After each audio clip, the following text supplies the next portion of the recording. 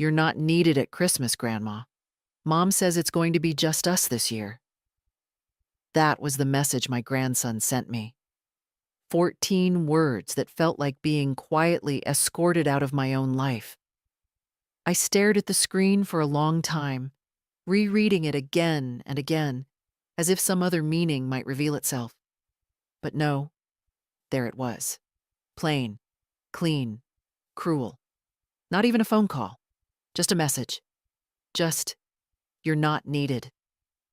It was December 22nd. The lights on the little artificial tree in my living room blinked patiently, oblivious. I hadn't even put ornaments on it yet. Waiting, like every year, for my family to help. We always did it together. Or used to. I sat down heavily in my chair. The ache in my knees throbbed, but that wasn't the pain that made me bite the inside of my cheek. I didn't answer the message. What was there to say? Should I ask why? Should I pretend I didn't mind? Should I beg? No. I'm too old to beg. My house smelled like cinnamon and lemon polish. I had cleaned the day before, expecting company. The table was already set with my mother's old porcelain. 3 plates, just in case. I had even picked up a small turkey, though I'd been worried it might be too much for just me. Funny. Turns out it was too much even for one. I got up and walked slowly to the sideboard where I kept the photo albums. My fingers knew exactly which one to find. Christmas has gone by. My son, Michael, with wrapping paper on his head like a crown. Me, in my green sweater with snowflakes, laughing at something I no longer remember. And the little one, Owen, my grandson. Chubby hands clutching toy trains, face smeared with chocolate. Once so attached to me, he refused to go to bed unless I sang him the lullaby. The same Owen who now typed, "You're not needed." I closed the album. At some point, I moved to the kitchen. I'm not even sure how. My body just moved, out of habit. I stood by the stove for a while, staring at the unlit burners. The turkey was still in the fridge, uncooked, waiting, like me. The house was too quiet. The kind of quiet that makes your ears hum, like they're protesting the absence of life. I sat down again. The message was still open on my phone screen. My finger hovered over the keyboard. I typed, "I see," then deleted it. I typed, "Understood," deleted again, then I put the phone face down. That night, I didn't sleep. The heating clicked softly, the kind of sound you don't hear unless everything else is silent. I lay in bed, under the heavy quilt I had sewn when my husband was still alive. Derek would have had something to say. Something sharp, maybe? Or something funny. "Well," he'd say, "looks like we got fired from Christmas." But Derek had been gone 8 years, and I had no one left to laugh with. The next morning, I made tea and didn't drink it. I tried to read and couldn't get past the first page. I turned on the TV, but the cheerful music and jingling bells felt like mockery. I kept looking at the tree, still bare. And then I stood up. I went to the closet and pulled out the blue wool dress I hadn't worn in over a year, brushed it off, tried it on. It still fit, more or less. A little loose at the waist, but that was fine. I found the earrings Owen had given me for my 70th. Tiny, fake pearls in a silver setting. I put them on. Then I took out the tin of cookies I had baked 3 days ago, sugar and spice, his favorite, and wrapped them in a clean towel. I didn't tell anyone I was coming. I didn't even call a cab. I took the bus, like I used to. Route 43, then the 17, all the way to that part of town with the big houses and even bigger gates. It was already snowing lightly, a dry, powdery kind of snow that doesn't stick but makes everything quiet, like the world was holding its breath.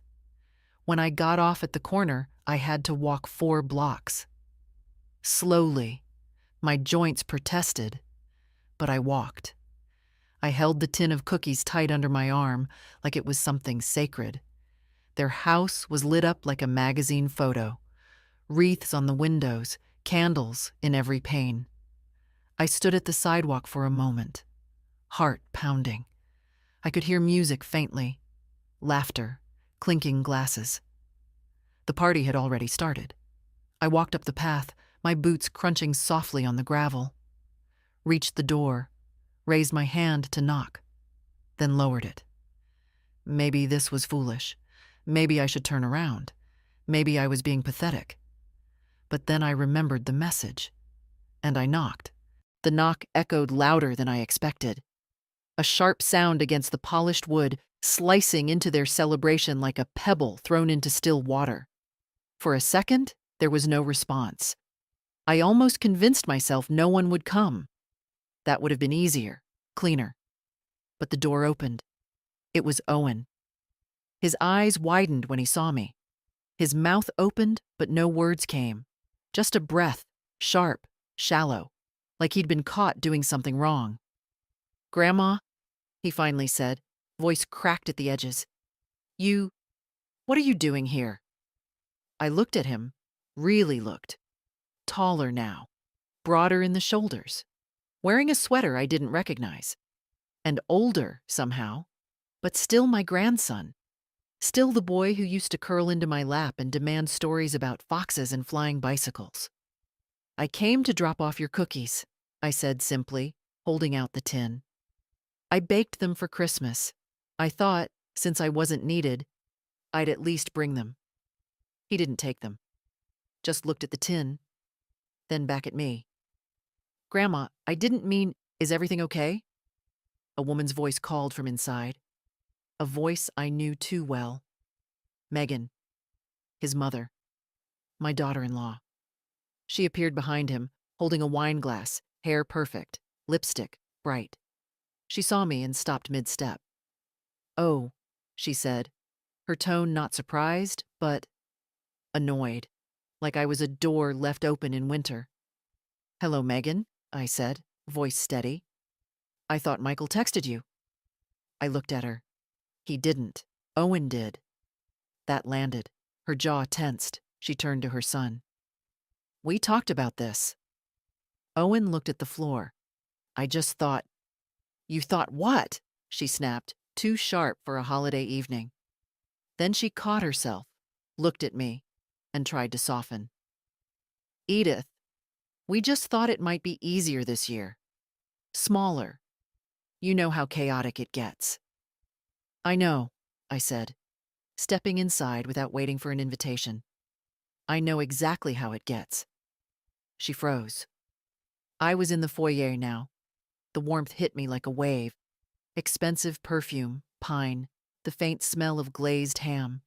The laughter from the living room had dimmed. People had noticed. "Mom?" Michael's voice came from down the hall. Heavy footsteps. He appeared around the corner, tie crooked, cheeks pink from wine. When he saw me, he stopped. His face changed. Not guilt, not joy, just discomfort. "You weren't supposed to be here," he said, too blunt, too honest. "I noticed," I answered. He looked at Megan, then Owen, then back at me. "We didn't want to upset you." "Then you should have told me the truth," I said. "That would have been less upsetting." Behind him, I saw glimpses of the dining room, a long table with crystal glasses, linen napkins, glowing candles. My plate wasn't there. "Mom," Michael said, rubbing the back of his neck, "this year's just been a lot. Megan's parents are here, and with the kids, and space is tight. We figured it might be too much for you." "I hosted 30 people in a 2-bedroom house when you were 10, I said. "I don't recall anyone worrying about my space then." He flinched. "I'm not here to cause a scene," I added. "I just wanted to see my family on Christmas." Silence fell like a blanket over the room. Megan took a slow sip of her wine. Michael looked anywhere but at me. And Owen, my sweet, silent boy, finally reached out and took the tin from my hands. "Thank you," he whispered. "I love your cookies." I smiled. Small, tired, but it was something. Behind them, a little girl peered around the corner. Clara, my great-granddaughter. She was 7, maybe 8 now. I hadn't seen her since Easter. She looked at me like she wasn't sure whether to wave or hide. "Hi, Clara," I said gently. She smiled and ducked behind the wall. "Well," I said, stepping back toward the door, "I should go. Wouldn't want to make anyone uncomfortable." Michael opened his mouth, but nothing came out. Owen looked devastated. Megan said, "That might be best." I nodded. "Merry Christmas." I walked out without waiting for more. The cold slapped me harder this time, like it knew, like it agreed. I didn't cry on the way home. Not then. I just sat on the bus with my hands folded in my lap, the scent of cinnamon lingering in the air. No one spoke to me. No one looked at me. When I got home, the little tree was still blinking, stupid and cheerful. I sat down at the table and lit the candle in the middle. One of the old ones, half burned, wax cracked with age. I sat there for a long time. Then I picked up the phone. Not to call them, not to fight, but to call my lawyer. The lawyer didn't pick up right away. It was Christmas Eve, after all. But I left a message. My voice was calm, deliberate. "Hello, Mr. Halverson. It's Edith Thornberry. I'd like to schedule a meeting after the holidays. We need to revisit the terms of my will. Yes, again." I ended the call and placed the phone gently back on its cradle. The weight of it, so familiar, felt different now, like something I was setting down for good. The house was quiet again, but not empty. Not anymore. Something had shifted. Maybe not in them, but in me. I walked to the hall closet, pulled down the battered shoebox marked "Private." Inside were yellowed documents, old checkbooks, a small stack of letters tied in blue ribbon, and tucked between them, a file folder labeled with my own handwriting. Financial, Kids. I opened it and ran my fingers along the pages. Loan records, transfers, little notes in the margins. Michael, car down payment, $5,000. Owen's private school donation, $2,300. Megan, kitchen remodel, loan, $8,000, no repayment schedule. It added up. Slowly. Painfully. The numbers weren't as important now as the realization. I'd spent years trying to earn my place at a table that was already mine. For what? A polite smile once a month? A text message on my birthday? A forced lunch in early spring where everyone looked at their watches? I used to tell myself that love meant giving, that mothers gave without keeping score. But this wasn't love anymore. This was survival, with a performance. I closed the folder and set it aside. That night, I didn't sleep much. Not because of sadness, not even because of anger, but because my mind was alive in a way it hadn't been in years. I woke up early on Christmas morning. The sky outside was a dull gray, snow dusting the sidewalks like powdered sugar. I made myself toast and scrambled eggs. Ate slowly, deliberately. A woman with time. At 9, the doorbell rang. It was Reed. He looked nervous, snow clinging to the shoulders of his coat, cheeks red from the cold. He held a small gift bag in his hand. "I figured you'd be up," he said. "I always am," I replied, stepping aside. "Come in." He wiped his boots and entered. The moment he saw the little tree, still blinking without ornaments, something shifted in his face. Regret, maybe? Or shame? "I didn't know," he said quietly. "About the message. About what Mom and Dad planned. I swear I didn't." I nodded. "I believe you." He looked relieved, then hesitated. "You shouldn't have come, though. Not like that." "Why not?" He shifted his weight from one foot to the other. "It made everything awkward." For who? He met my eyes, and for a second I saw the boy again. The real Reed, not just Michael and Megan's son, but someone who still had a moral compass. I'm sorry, he said. I nodded again. Thank you. He handed me the gift bag. Inside was a hand-knit scarf in a soft, earthy green, and a note. For the woman who taught me how to make cinnamon stars and how to tell the truth. Love, Reed. I ran my fingers along the stitches. He hadn't bought this. He, or Audrey, perhaps, had made it. That meant something. I'll put the kettle on, I said. You'll stay for tea? He nodded. Please. In the kitchen, we moved like we used to. Him setting out mugs, me spooning sugar. We didn't say much, but it was enough. I don't know what's happening to our family, he said at one point, not looking at me. It's like everyone's performing for each other, pretending. Like Christmas is just an event for Instagram. Maybe it is, I said, but not here. He looked at me, eyes wet. You didn't deserve that, Grandma. No, I said, but I accepted it. Once. I sipped my tea. The warmth was good. Are you changing the will? He asked suddenly. I didn't answer right away. Why would you ask that? He flushed. I overheard Dad talking to Uncle Phil about how he had it locked in. Your house, the accounts. He said he was just waiting, like it was all just a matter of time. My stomach turned.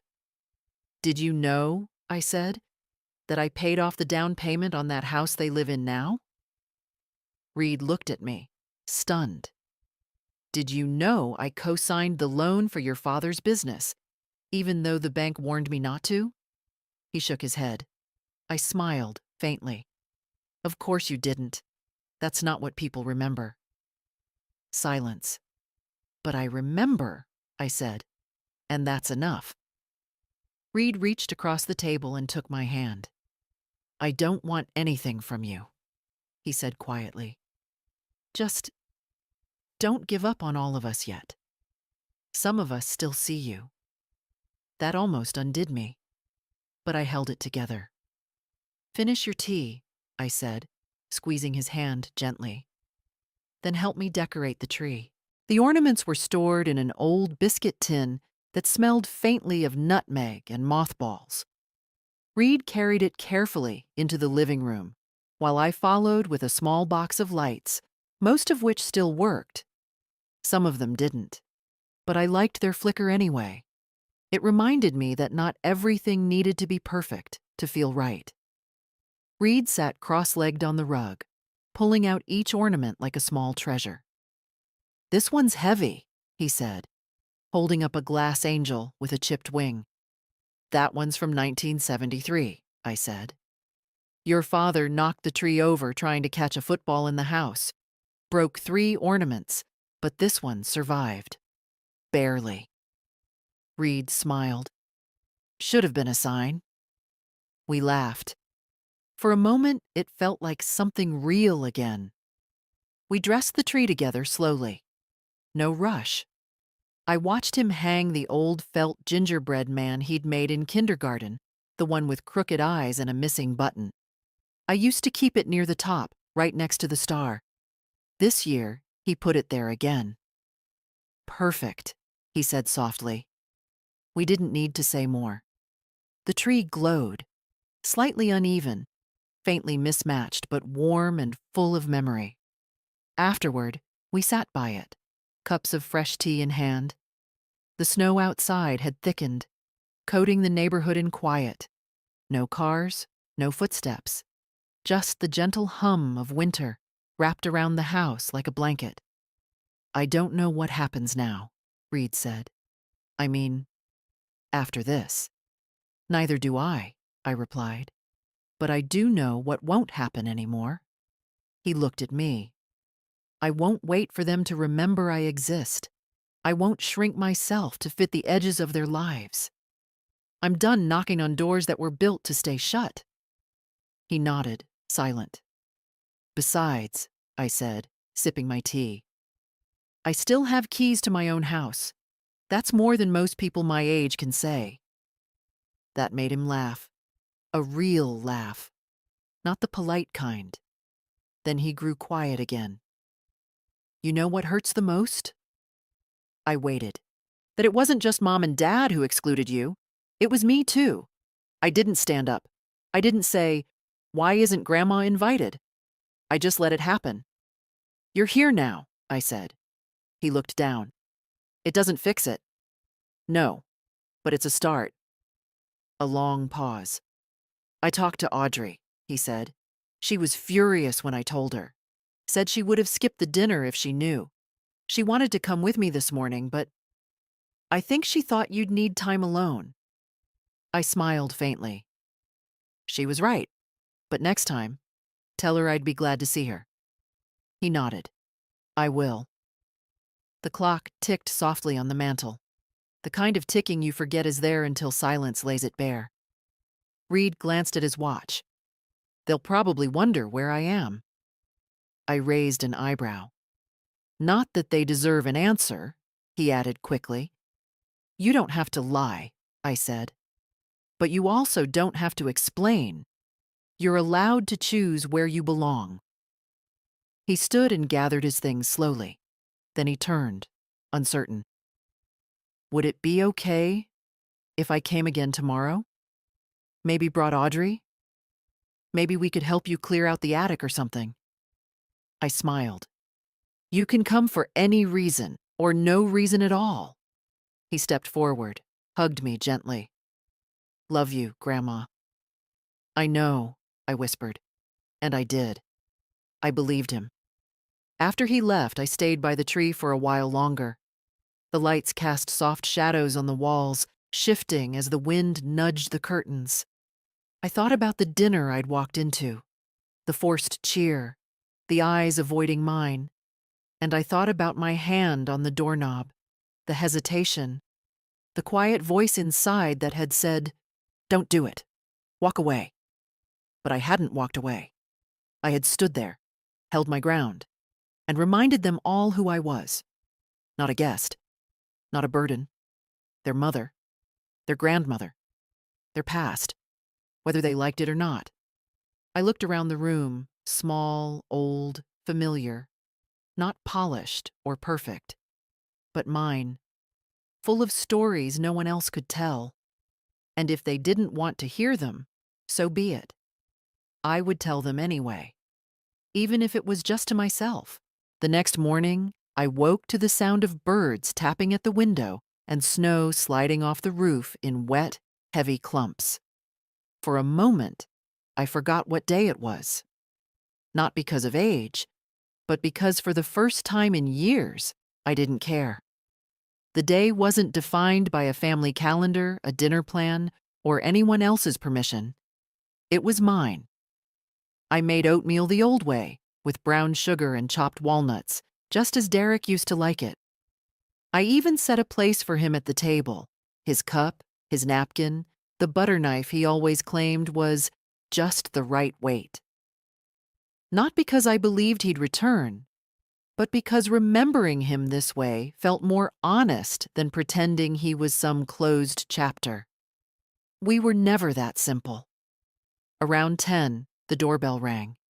It was Audrey. She stood there in a wool coat, cheeks pink from the cold, a thermos in one hand and a little box in the other. "Reed's parking the car," she said. "He made me promise I'd knock first."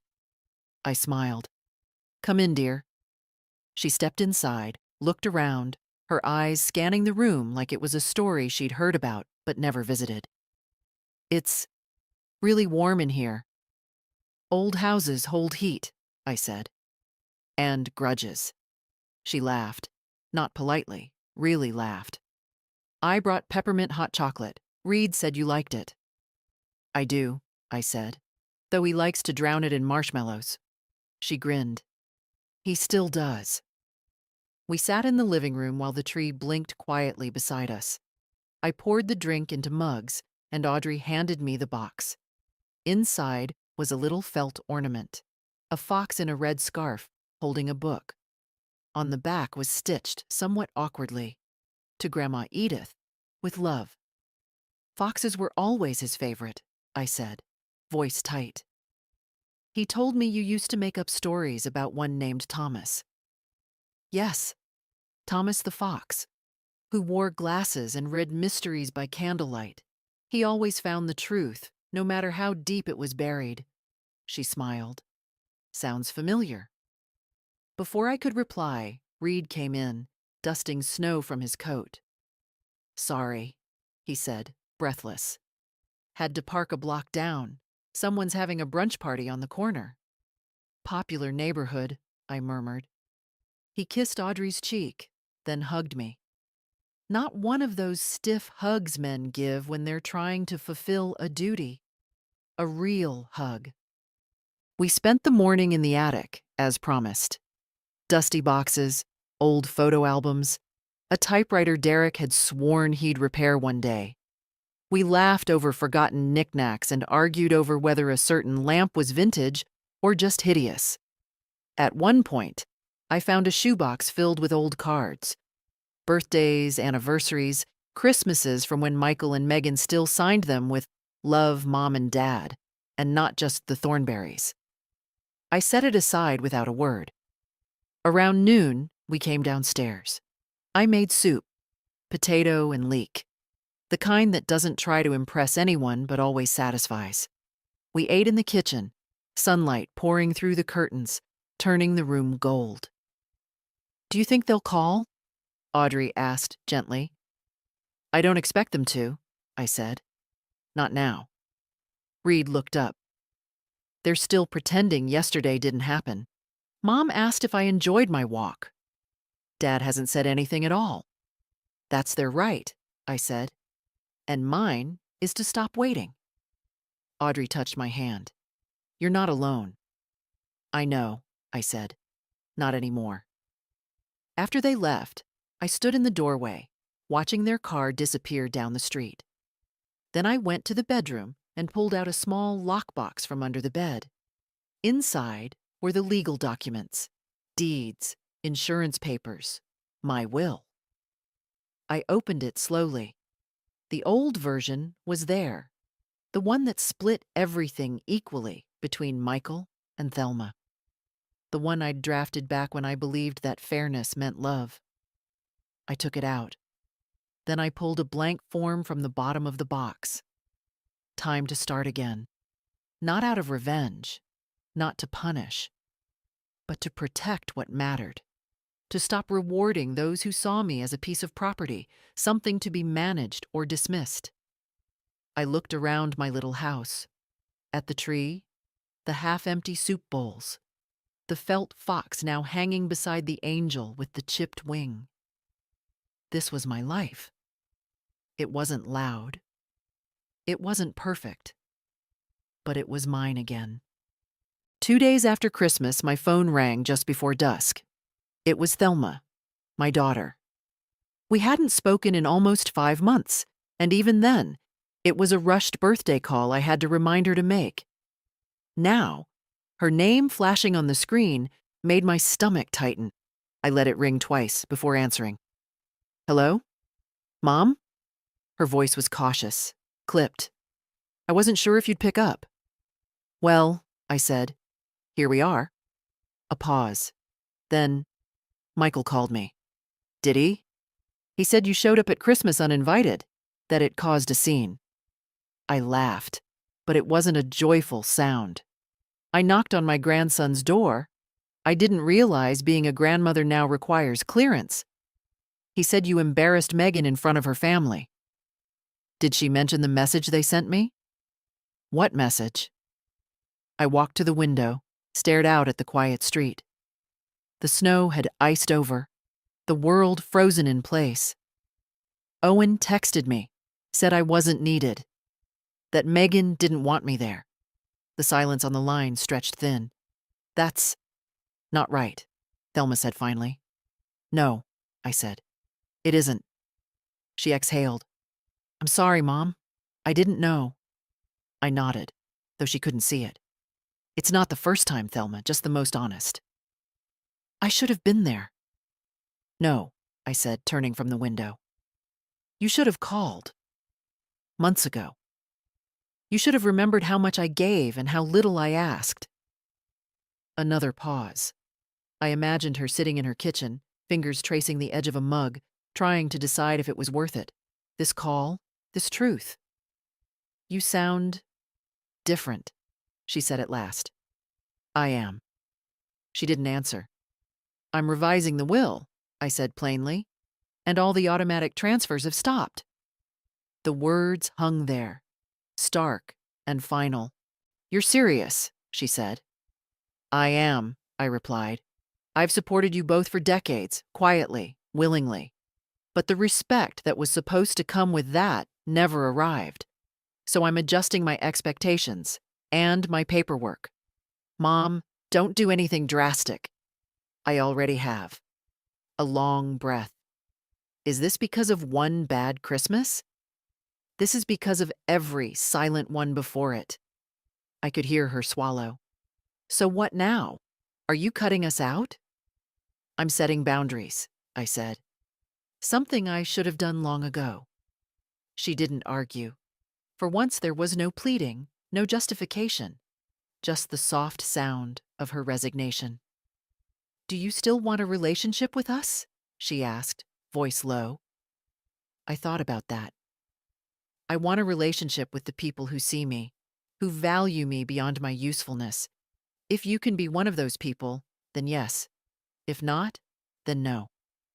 A long silence followed. I'll call again soon, she said quietly. We'll see, I replied, and hung up. I stood there for a while, the phone still in my hand. No sadness, no rush of emotion, just stillness, like walking out of a room that had been too loud for too long. That evening, I lit the fire in the living room. Not because it was cold, but because I wanted to. I pulled a blanket over my lap and opened a book Reed had given me months ago, one I'd never made time to read. Outside, the lights in other houses flickered on, one by one. Behind each window, families bustled about, some joyful, some strained, some just pretending. And here I was, alone, but not lonely. There's a difference, one I had ignored for years. For the first time in a long while, I had no obligations, no unpaid gratitude hovering in the corners, just space and silence, and the sound of the fire breathing softly across the room.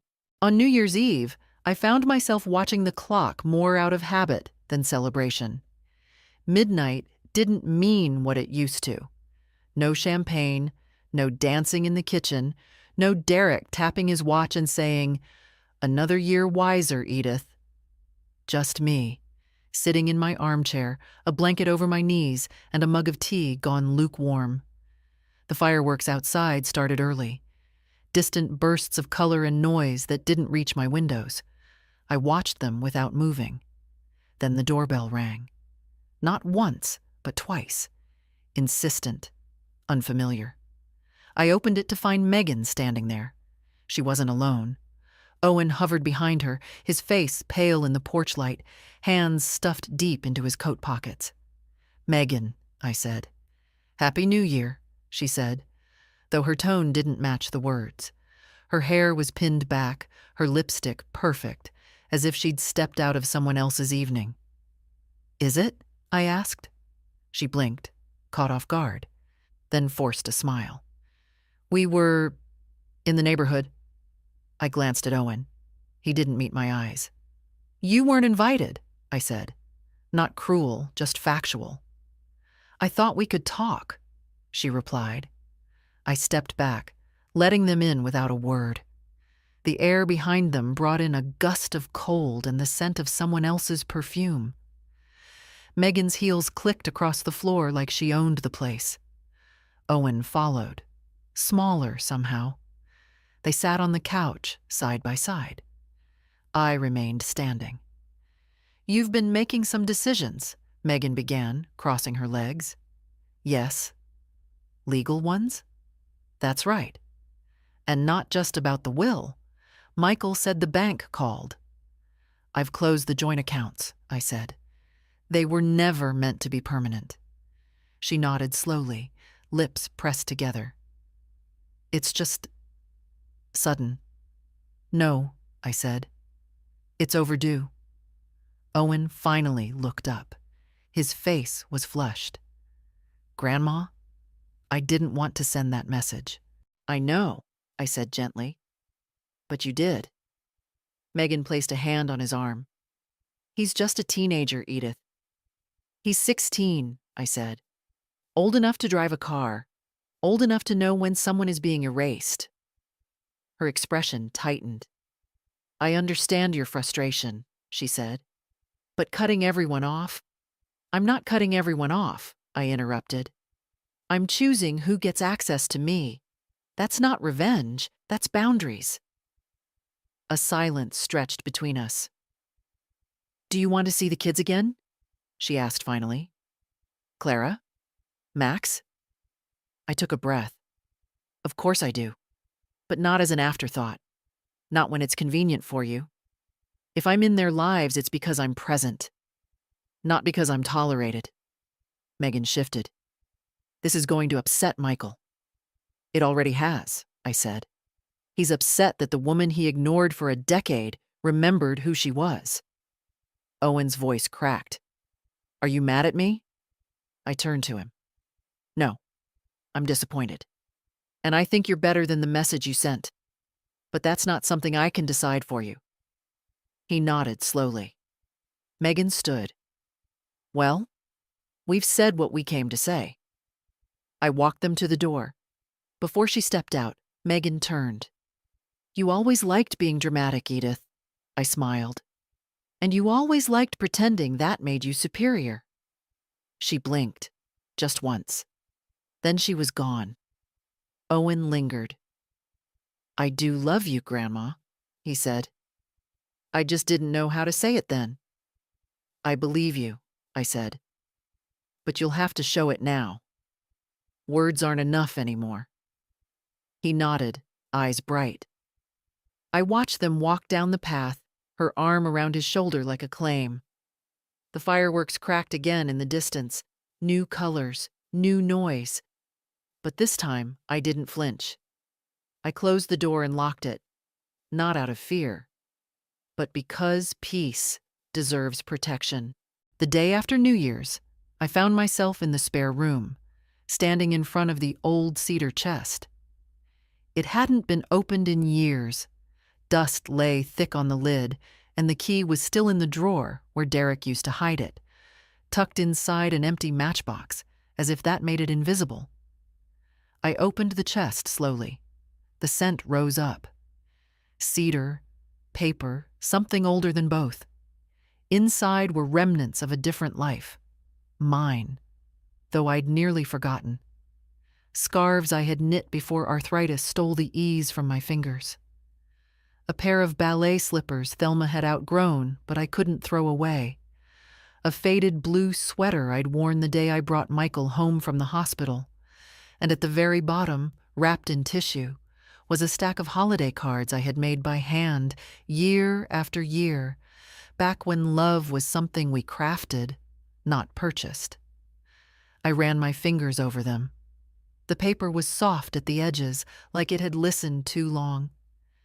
I sat on the floor and spread the cards around me.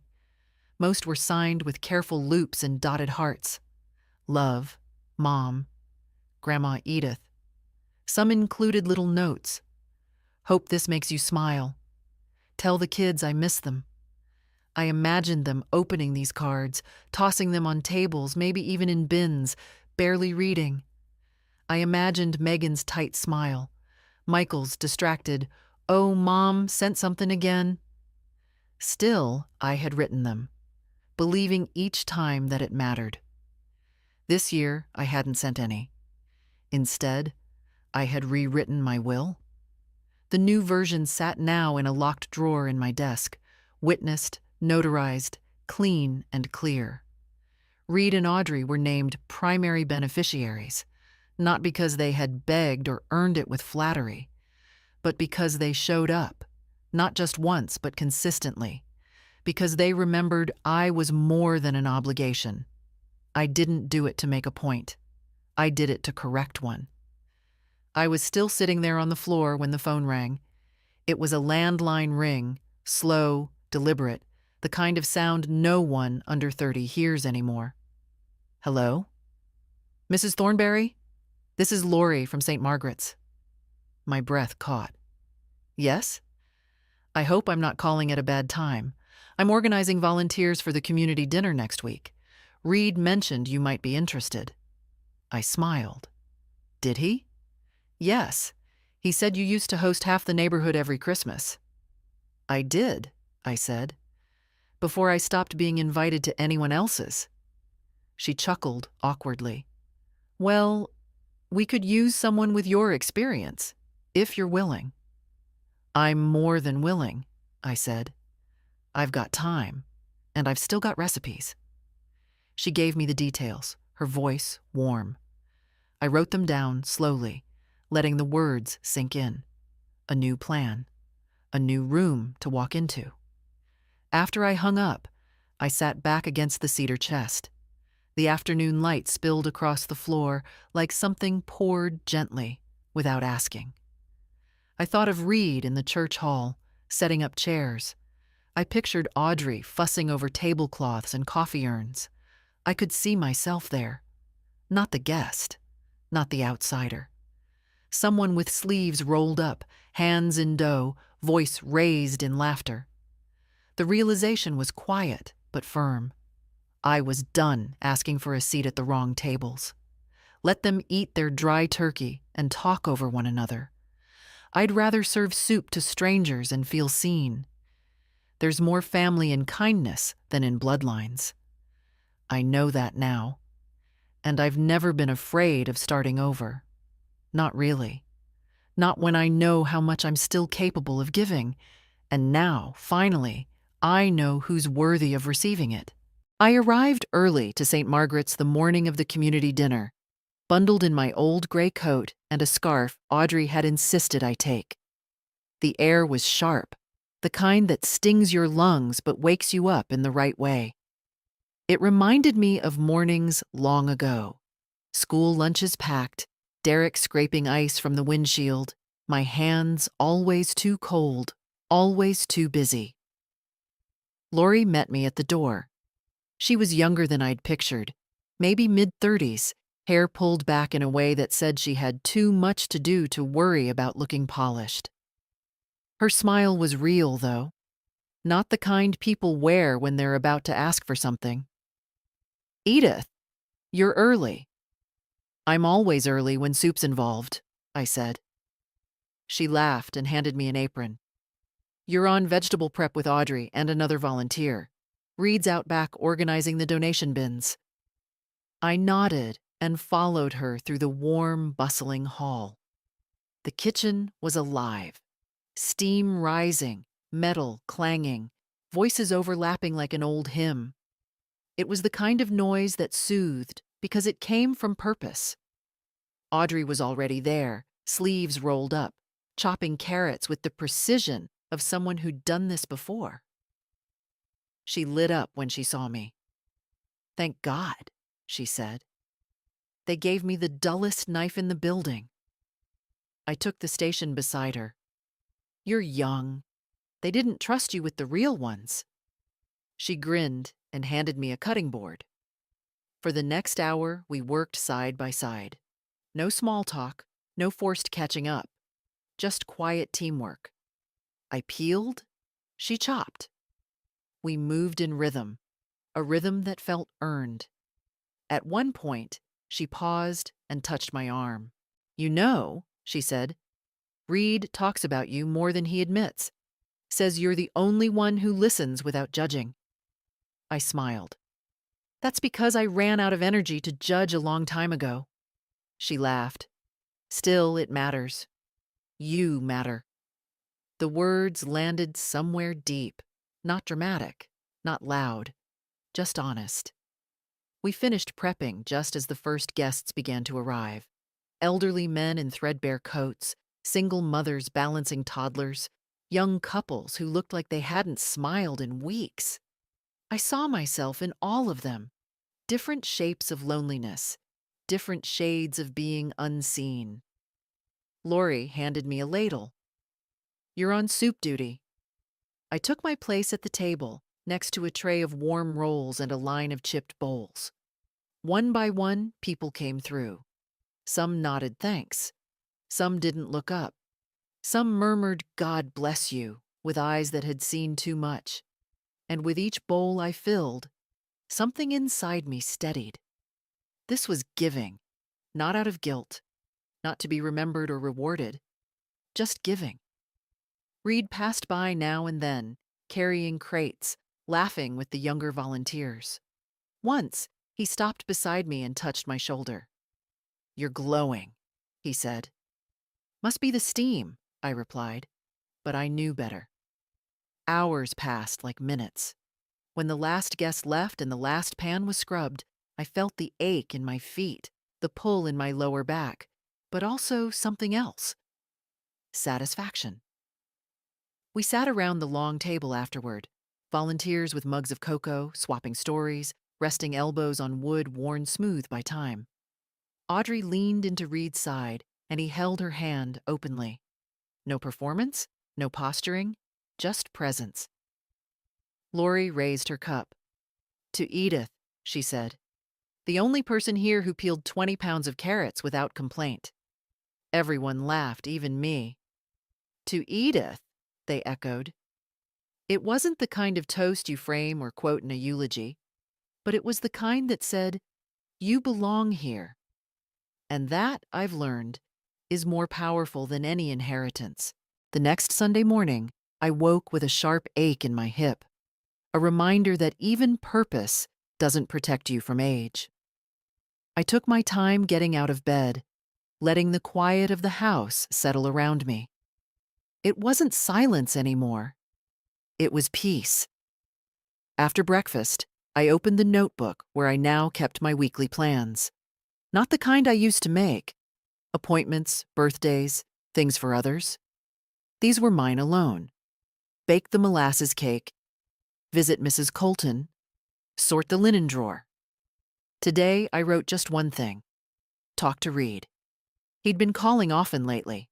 Not long, meandering conversations, just check-ins, updates, a recipe question, a recommendation for a mystery novel, small threads that kept us stitched together. But I knew we were circling something bigger. At noon, he arrived with a brown paper bag and a cautious smile. "I brought lunch," he said. "Egg salad. Don't judge me." I raised an eyebrow. "If it's got celery, we'll have words." He grinned and followed me into the kitchen. We ate at the table like we always did, window cracked just enough to let in the crisp air. Outside, someone's wind chime played a song I almost recognized. Halfway through our sandwiches, he set his fork down. "I told Dad about the will." I paused. "You didn't have to." "I know, but I needed to." I waited.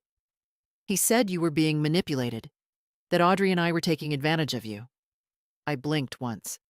That's a new flavor of irony. "He said you're vulnerable now, that you're angry, acting out." I took a sip of tea. "Let me guess, he offered to handle everything just to make things easier." Reed nodded, eyes down. "I'm sorry, Grandma. I didn't expect him to turn it into a strategy." "You shouldn't be sorry," I said. "You didn't do anything wrong."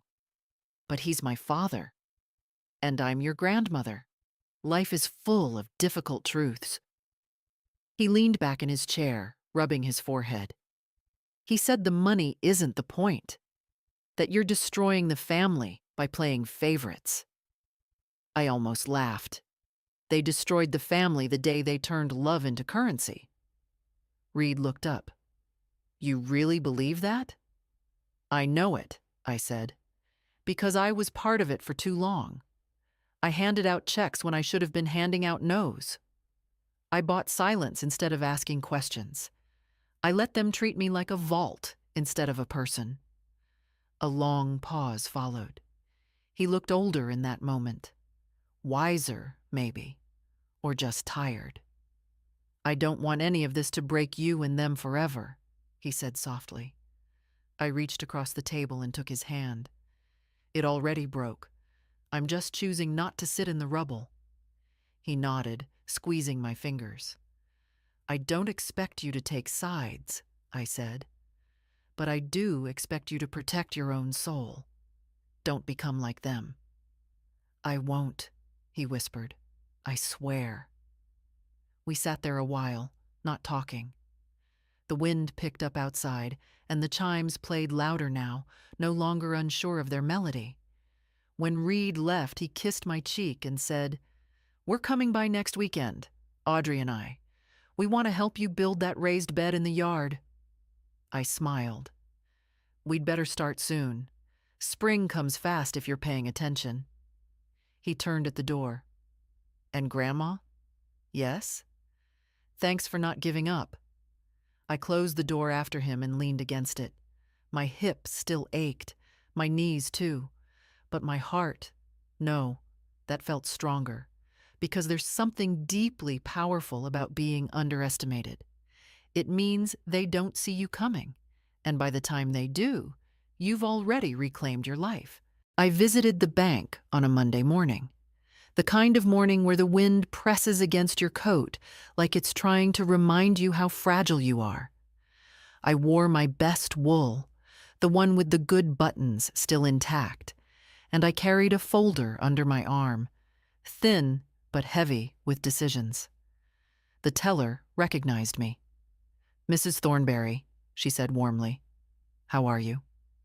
"I'm here to close an account," I replied. "Of course, I'll get someone from investments." The office was warm and overly beige. I sat across from a young man with neat hair and the practiced empathy of someone trained to nod at bad news. "I understand you want to terminate a joint trust," he said. "Yes," I said. "Effective immediately." He blinked. "May I ask why?" "You may," I replied. "Because I'm done funding people who've forgotten I exist unless money's involved." He hesitated, then typed something into his computer. "The process is straightforward, but your son will be notified." "I expect he will." "You don't need to give notice?" "I've already done that," I said, in ways that mattered. He handed me the papers. I signed them slowly, carefully, my signature steady as it ever was. When I handed them back, it felt like setting down a weight I didn't realize I'd been carrying across decades. "Do you want to redirect the funds?" he asked. "Yes, into a personal savings and a new scholarship fund." He raised his eyebrows. "For?"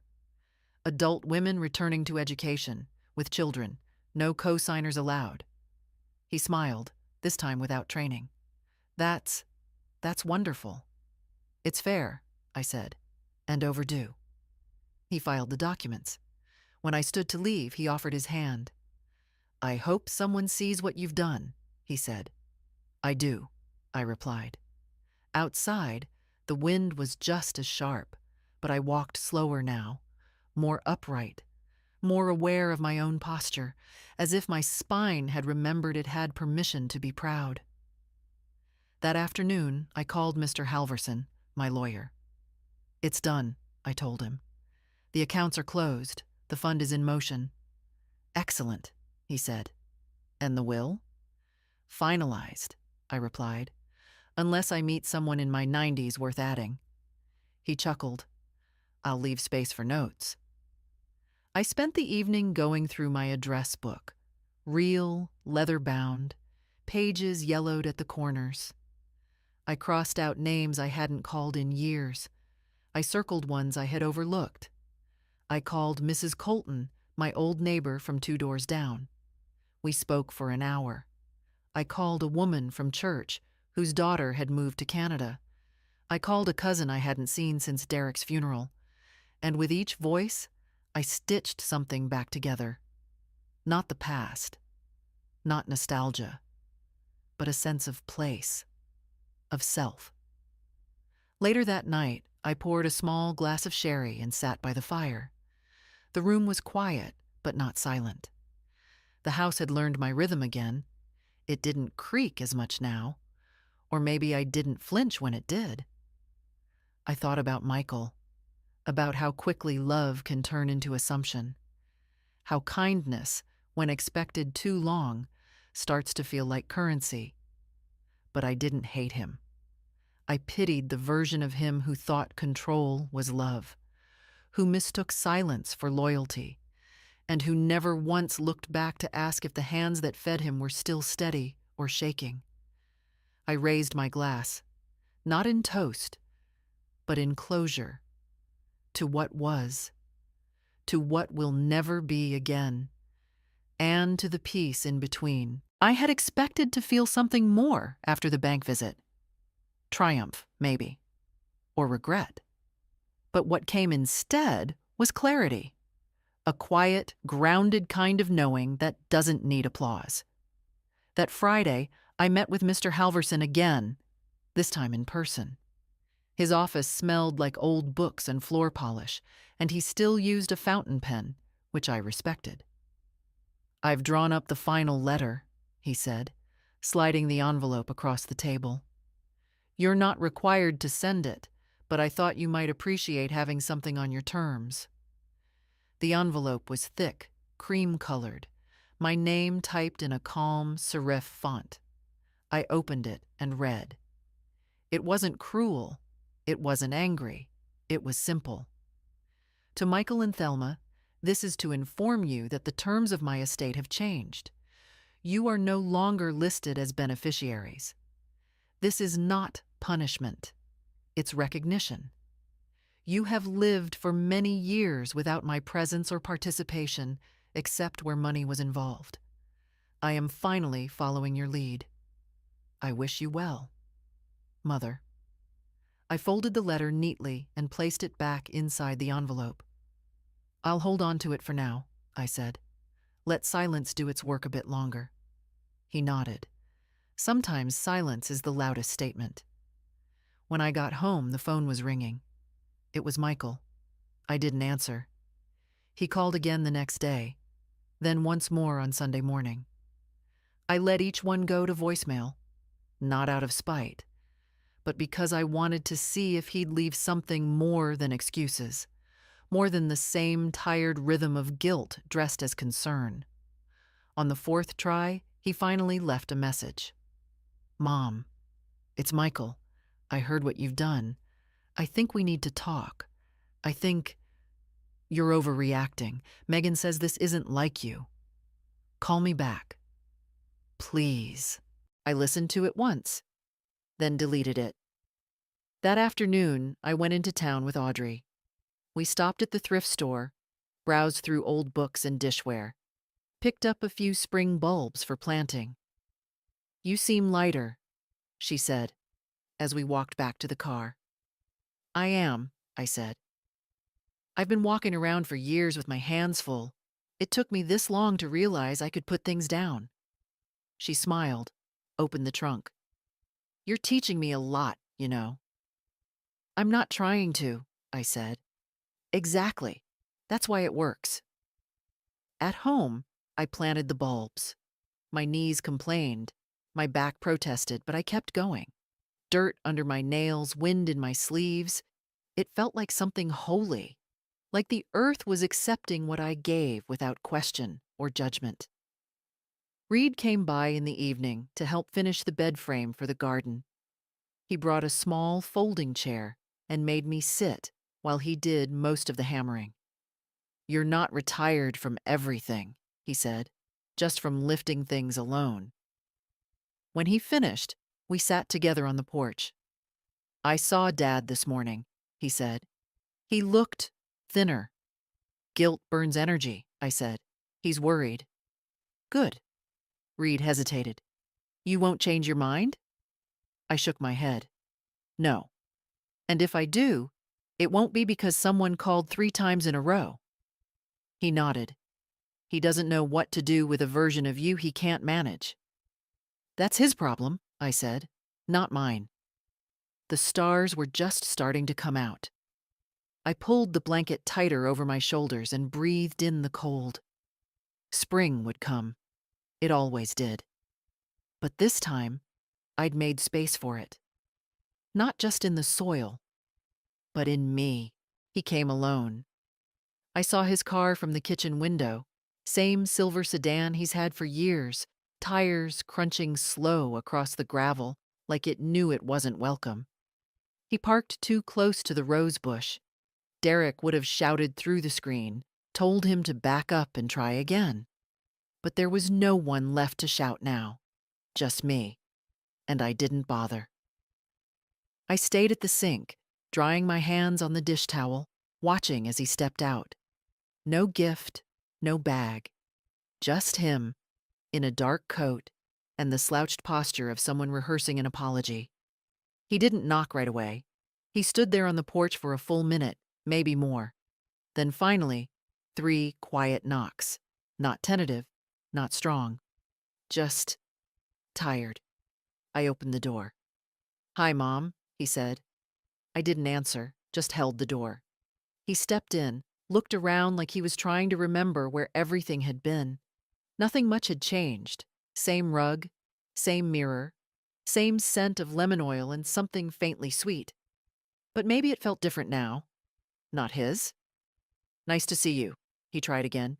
Still, I said nothing. He cleared his throat. "I got your message. About the changes." "I didn't send one." He blinked. Reed told me. About the accounts. The will. That's not a message. That's a fact." He looked down at his shoes, then back at me. "Can we talk?" I nodded once and led him into the living room. He sat on the edge of the couch, like it might tip if he leaned back.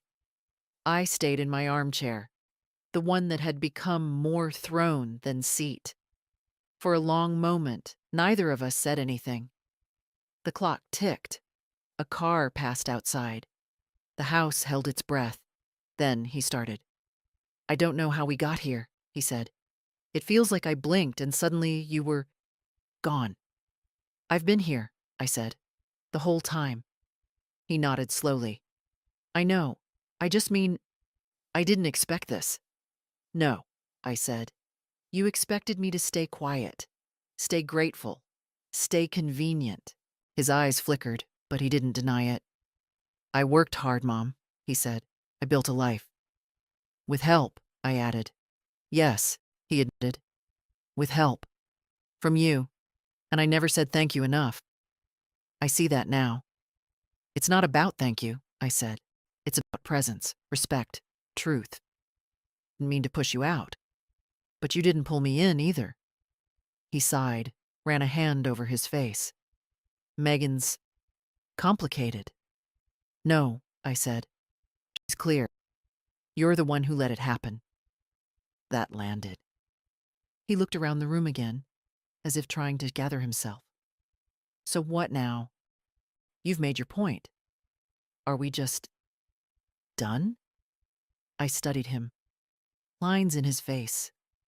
The slump in his shoulders.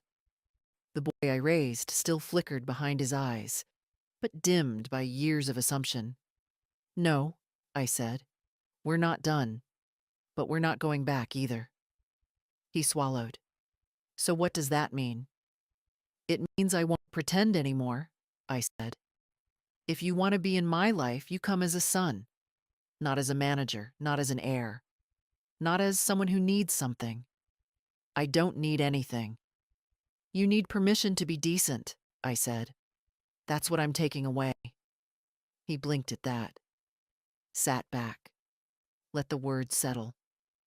"I'm tired, Michael," I said softer now. "Tired of performing. Tired of wondering if love still counts when the checks stop." He looked down again, voice lower. "I'm sorry." "I believe you," I said. "But it doesn't change the past." "I know." Another silence. Not cold, just full. He stood after a while. "I should go." I nodded. At the door, he hesitated. "If I call, will you answer?" "If it's to talk," I said. "Not to convince." He nodded once. "Okay." He stepped outside, then turned back. "You're different now." "I finally remembered who I was," I said. He stood there a second longer, then walked to the car. I didn't watch him leave. I just closed the door, softly and with peace. I sat down after he left. Same chair, same cushion, with the worn-out corner where Derek used to rest his arm. The house didn't feel changed, but I did. There was no relief, no victory, just a deep, still kind of truth. The kind you don't speak aloud, because it doesn't need witnesses. I had looked my son in the eyes and said what needed saying. And this time, I didn't apologize for the saying. Later that evening, I found myself reaching for the old tin box I kept in the hutch. The one labeled receipts, though most of them weren't. Inside were letters, some mine, some Derek's. Notes I'd never mailed.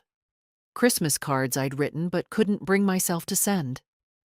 A strange archive of restraint and yearning. One envelope was addressed to myself. I had forgotten it entirely.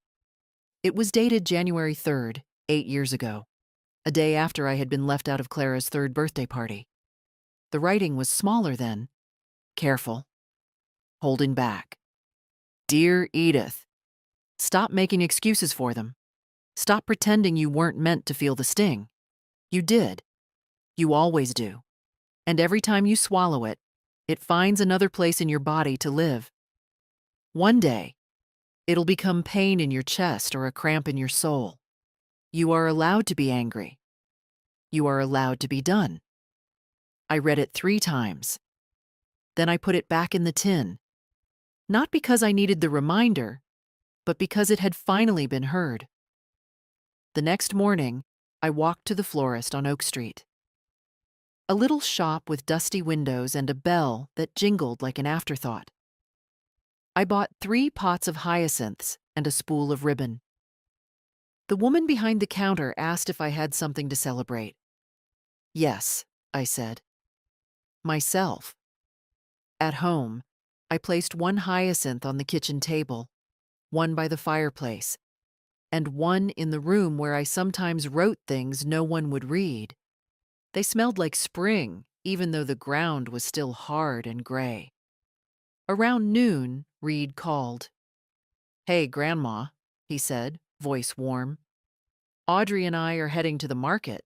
Thought we'd swing by afterward. She wants to show you something." "You're both always welcome," I said. He paused. "Dad told me he came by." He did. And nothing. We spoke. We were honest. He let out a breath. He looked off when he came back. "He's not used to being told no," I said, "especially not by women who don't explain themselves." Reed chuckled. "I like this version of you." "I always liked her too," I said. "She was just busy keeping everyone else afloat."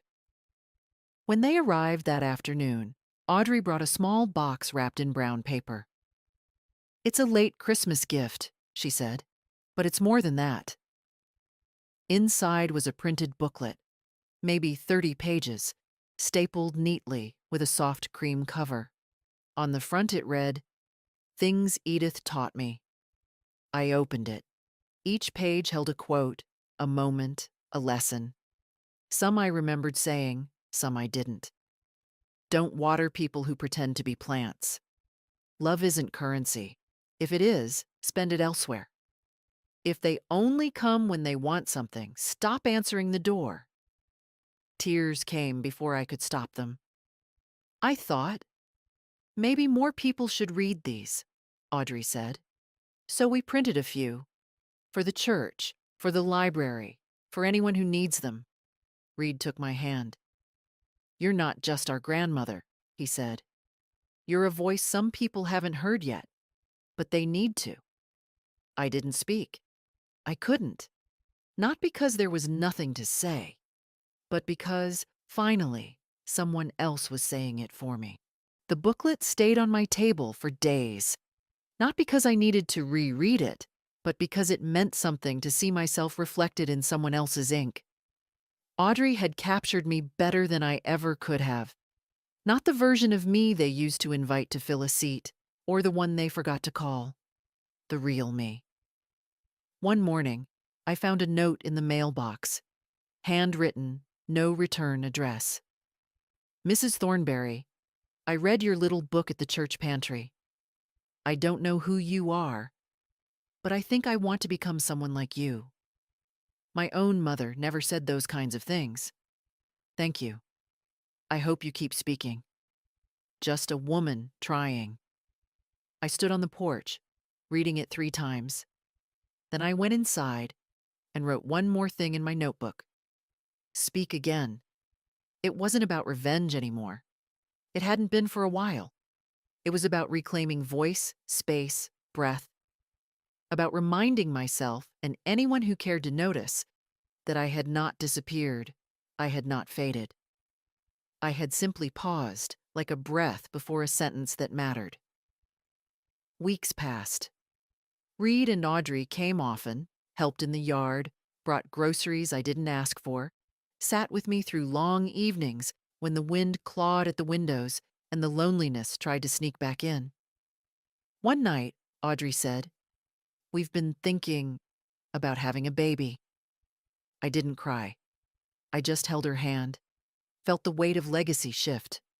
Not in money or property, but in presence. "If you do," I said, "promise me one thing." "Anything," she whispered. "Let them hear the truth early. Let them know that silence isn't peace, that they come from women who speak." She nodded, her eyes shining. By spring, the bulbs bloomed.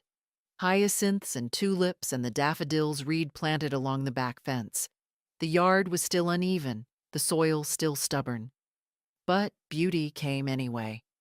I started hosting Thursday lunches. Nothing fancy. Just soup and bread, a slice of cake, a kitchen that stayed open. Women from the church came, then a few neighbors, then strangers. They brought stories with them. Hard ones, honest ones. We didn't offer solutions. We just listened. And that, I've found, is its own kind of healing.